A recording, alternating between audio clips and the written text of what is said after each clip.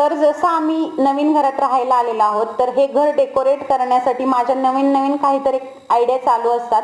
फ्लिपकार्टवरून पाहत असतानाच मला या 2 वॉल हँगर मला दिसले, जे एकदम छान आणि युनिक वाटत होते आणि जेव्हा ते आले तेव्हा त्याची क्वालिटी एकदम छान होती.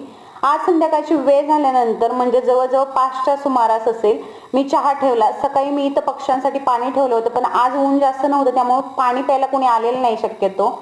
त्यानंतर संध्याकाळची दिवाबत्ती झाली. आज संध्याकाळच्या रात्रीच्या जेवणामध्ये होतं ते म्हणजे गावरान अंड्यांचं कालवण, म्हणून कुकरला अंडी लावून घेतली, चपात्यांसाठी पीठ मळून घेतलं आणि भिजत ठेवलं.